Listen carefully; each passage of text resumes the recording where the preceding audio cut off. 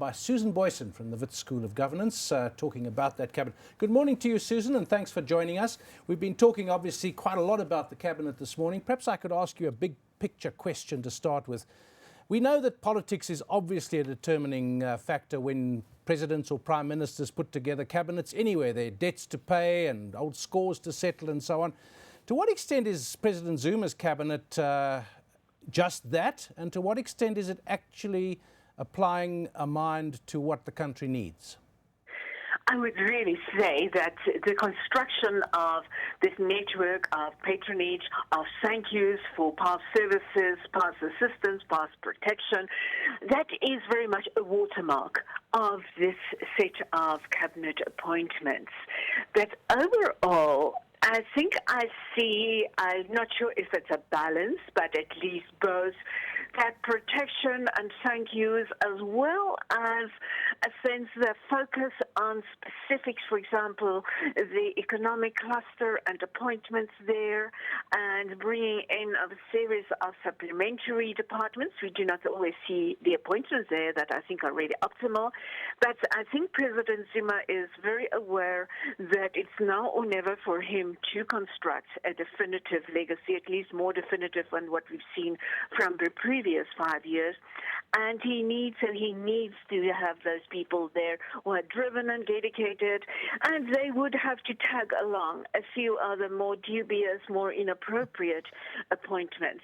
I think Zuma bringing in Jeff Radebe, who's really a trusted person, very close to him, right into the presidency, and to help manage the rest of cabinet then also by virtue of monitoring and evaluation, that shows that he realizes he needs some more gravitas there in a person that he trusts, and that both President Zuma and right-hand person then Jeff Radebe would really have to bring a lot on the table to give more of an impression that they're turning the ship of state around.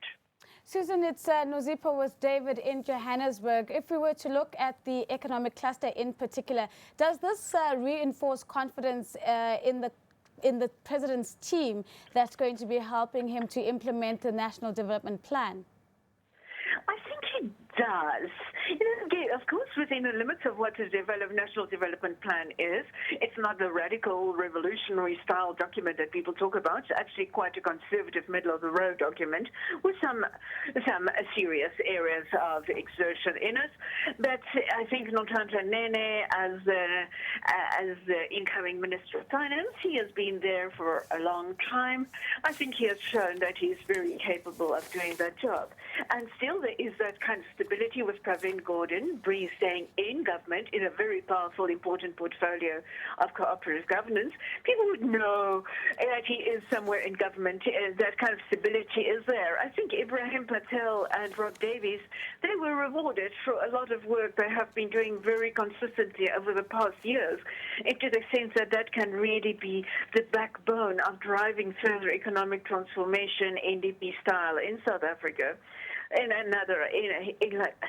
other portfolios like energy or public enterprises. We see new appointments. Hopefully there are strong teams in place.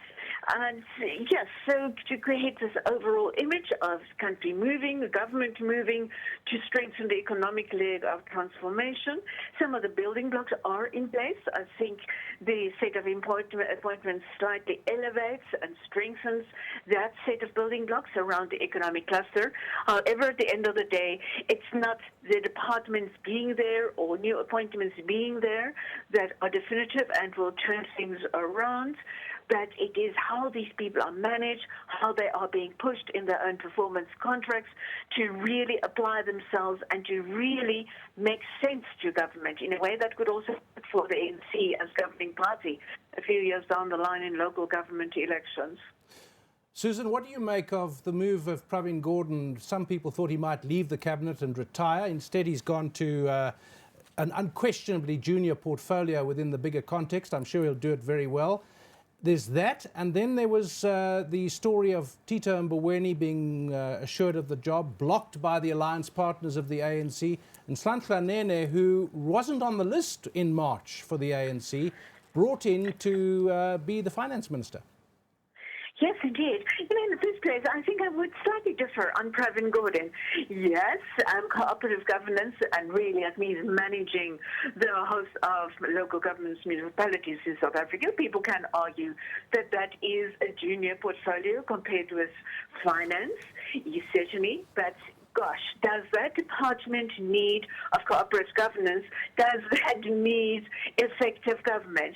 Because so much of governance in South Africa, and it depends on what happens in those municipalities.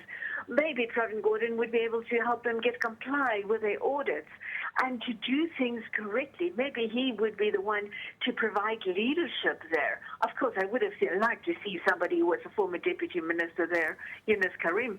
I would have loved to have seen him as a deputy to Pravin Gordhan in that department.